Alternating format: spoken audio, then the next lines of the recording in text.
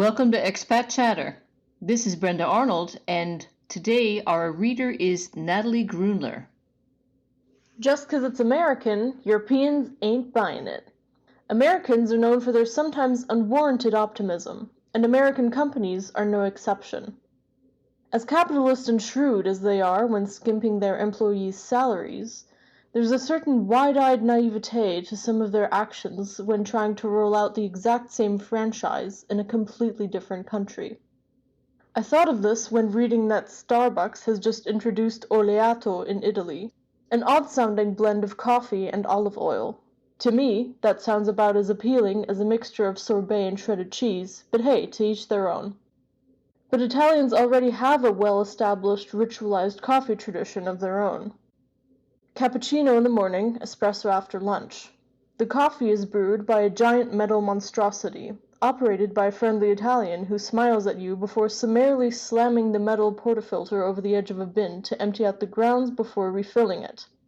This ear-shattering noise will wake you up if the espresso doesn't do the job.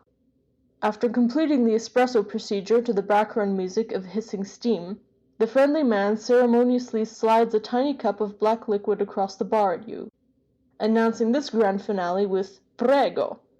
I'm just not sure Starbucks can match that. After all, Americans think Prego is a spaghetti sauce brand, which it is, to be fair. Is all that ritualized coffee brewing behavior endemic solely to Italians? And does it even matter? Domino's Pizza, in a fit of foolishness, also tried to sell an Italian product to the Italians. They did so poorly selling pizza in the land that invented it that they were forced to cut their losses and pull out of Italy entirely.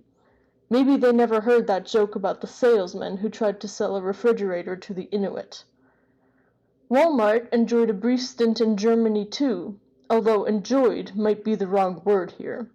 The Germans most decidedly did not go for it. The company failed and had to pull out in 1997. If they had done their homework, they would have realized that doing things like making employees chant "Walmart, Walmart" in a country that suffered at the hands of fascism would not be popular. The same goes for requiring employees to spy on each other, in the style of the former East German secret police, the Stasi.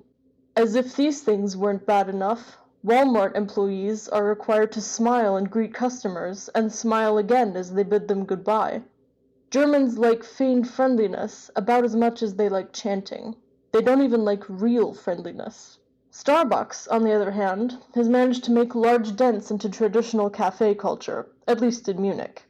One after another, old-fashioned cafes disappear, replaced by a shiny, sterile Starbucks. I am sorely tempted to scream and shout at the evils of capitalism, but people vote with their wallets. If the old cafe had been flourishing, it wouldn't have been pushed aside. And the way people congregate in Starbucks, chatting or working on their laptops in groups, is perhaps just an upgraded version of behavior typical of the original Viennese cafe tradition, where 19th century intellectuals gathered to discuss the issues of the day.